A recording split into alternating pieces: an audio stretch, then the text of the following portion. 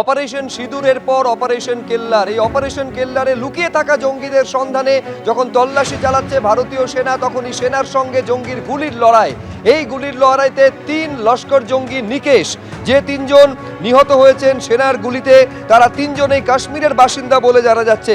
এই নিহত শাহিদ কুট্টে লস্করের ছায়া সংগঠন টিআরএফ এর অপারেশনাল কমান্ডার। আপনারা জানবেন যে টিআরএফ অর্থাৎ দ্য রেজিস্ট্যান্স ফ্রন্ট, এই জঙ্গি সংগঠন যারা একেবারে দায় স্বীকার করেছিল 22 এপ্রিল পেহেলগাঁওতে যখন গণহত্যা, ধর্ম জিজ্ঞাসা করে গুলি করে খুন করে দেওয়া হয়, সেই ঘটনার দায় স্বীকার করেছিল এই টিআরএফ।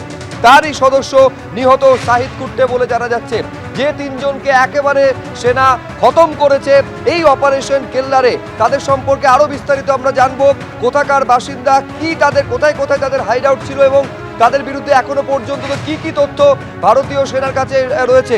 অতনু হালদার আমাদের প্রতিনিধি এই মুহূর্তে আমাদের সঙ্গে রয়েছে। অতনু, এই যে 3 জনকে অপারেশন কেল্লারে নিকেশ করে দিল ভারতীয় সেনা, কি কি জানা যাচ্ছে এদের সম্পর্কে? দেখো, যেটা জানা যাচ্ছে এরা প্রত্যেকেই লস্করি তৈবার জঙ্গি এবং এরা প্রত্যেকেই কাশ্মীরের ছেলে। কেউ শোপিয়ানের ছেলে, কেউ পুলওয়ামার ছেলে।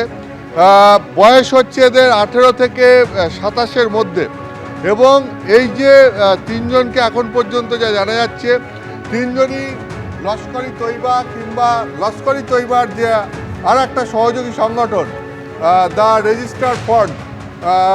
রেজিস্ট্যান্স ফ্রন্ট টিআরএফ যেটাকে বলা হচ্ছে, এই দ্য রেজিস্ট্যান্স ফ্রন্টের তরফ থেকেই পেহেলগাঁওয়ে আক্রমণ করা হয়েছিল, জঙ্গি হামলার ঘটনা হয়েছিল বলে অভিযোগ।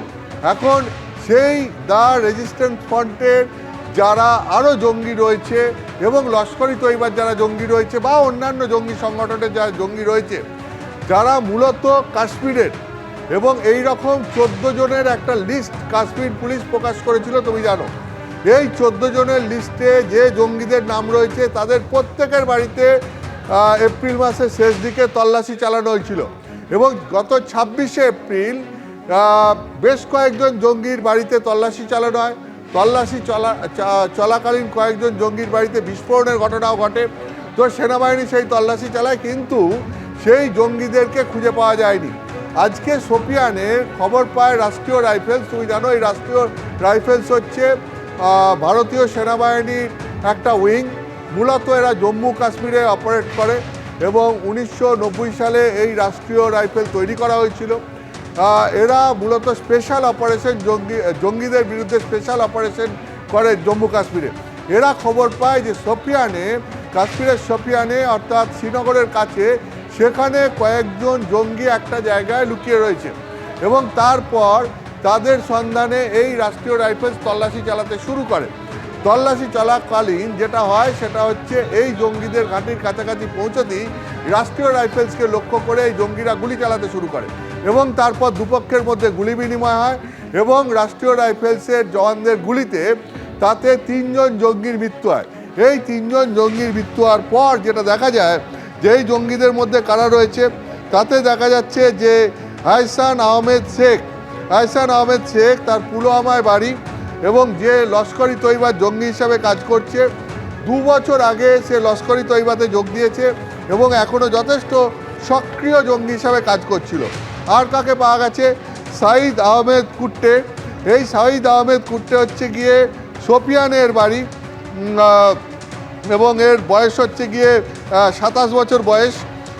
এও 2 বছর আগে যোগ দিয়েছে লস্করি তৈবা এবং লস্করি তৈবার সঙ্গে সঙ্গে টিআরএফের অর্থাৎ দ্য রেজিস্ট্যান্স ফ্রন্টে যোগ দিয়েছে এবং রীতিমতো সক্রিয় ছিল। এখন এই আর একজন হচ্ছে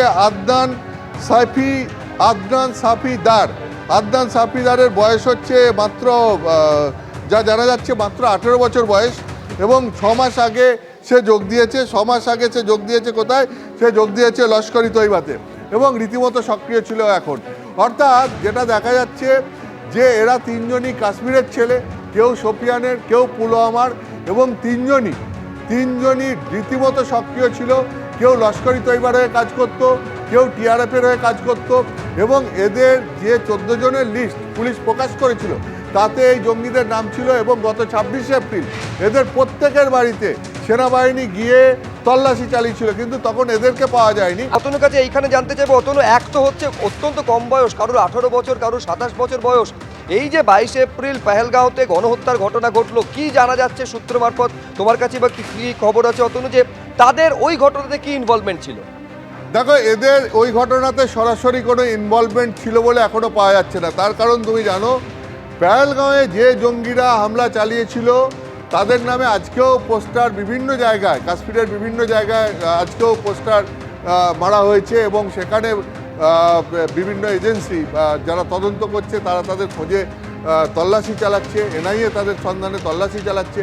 ইতিমধ্যেই এদের প্রত্যেকের মাথাপিছু 20 লক্ষ টাকা করে পুরস্কার ঘোষণা করা হয়েছে, যে এদের সম্পর্কে কেউ কোনো তথ্য দিতে পারলে এদেরকে 20 লক্ষ টাকা করে এদের এক একজনের ওপর যদি তথ্য দেওয়া যায়, যদি সাধারণ মানুষ তথ্য দিতে পারেন, তাহলে তাদের নাম পরিচয় গোপন ডেকে তাদের 20 লক্ষ টাকা পুরস্কার দেবে সরকার।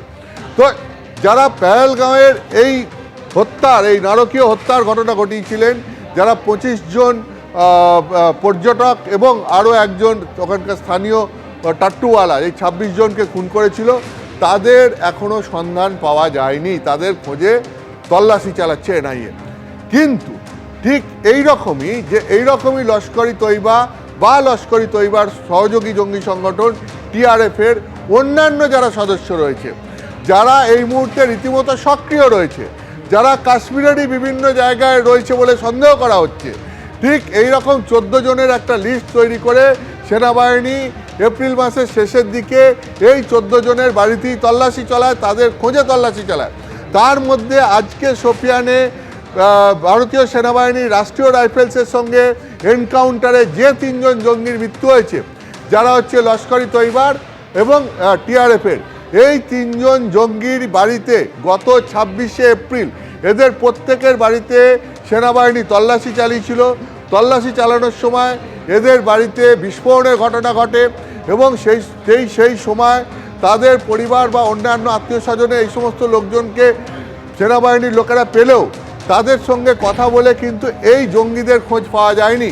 এই জঙ্গিদের খোঁজে তল্লাশি চালাচ্ছিল, এবং তল্লাশি চালানোর সময় আজকে রাষ্ট্রীয় রাইফেলস হঠাৎই খবর পায় যে সোফিয়ানের একটা জায়গায় এই জঙ্গিরা রয়েছে, এবং তারপর তাদের বিরুদ্ধে অভিযান চালানোর সময় এই জঙ্গিরা যখন রাষ্ট্রীয় রাইফেলসকে লক্ষ্য করে গুলি চালাতে শুরু করে, তখনই দুপক্ষের গুলি বিনিময়ে এই 3 জন জঙ্গির মৃত্যু হয়েছে। যেটা দেখা যাচ্ছে যে এই 3 জন জঙ্গির মধ্যে 2 জন হচ্ছে সোফিয়ানেরই এবং একজন পুলওয়ামার। আপাতত এটাই জানা যাচ্ছে। তার মানে যেটা বোঝা যাচ্ছে, দেখো এখনও যে লস্কর-ই তৈবা বলো বা লস্কর-ই তৈবা সহযোগী সংগঠন টিআরএফ বলো, যারা পেহেলগাঁওতে এই গণহত্যার ঘটনা ঘটিয়েছিল, সেই জঙ্গি সংগঠন এবং তাদের সদস্যরা এখনও কাশ্মীরে যথেষ্ট সক্রিয়, যদিও তাদের বিরুদ্ধে সেনাবাহিনীর অভিযান চলছে এবং বিভিন্ন জায়গায় তারা যে লুকিয়ে রয়েছে তাদেরকে খুঁজে বের করার চেষ্টা চলছে।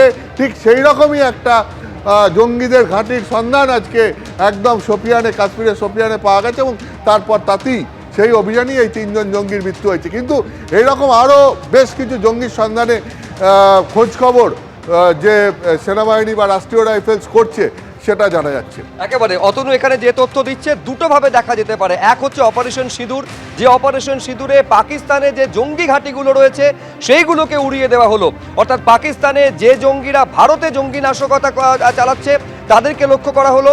এরপরে হচ্ছে অপারেশন কেল্লার। এই অপারেশন কেল্লারে যে সমস্ত জঙ্গি সংগঠন এবং যে জঙ্গিরা ভারতের মাটিকে ব্যবহার করে ভারতে বসে যারা কাশ্মীরের বাসিন্দা, তারা যারা জঙ্গি কার্যকলাপ চালাচ্ছে, তাদেরকে এবার নিকেশ করার কাজ হচ্ছে। আপনারা জানেন যে ডিজিএমও স্তরে 2য় পর্যায়ের বৈঠকের পর এই মুহূর্তে সেনা অভিযান আপাতত স্থগিত রয়েছে, কিন্তু অপারেশন কেল্লার সেটা কিন্তু চলছে।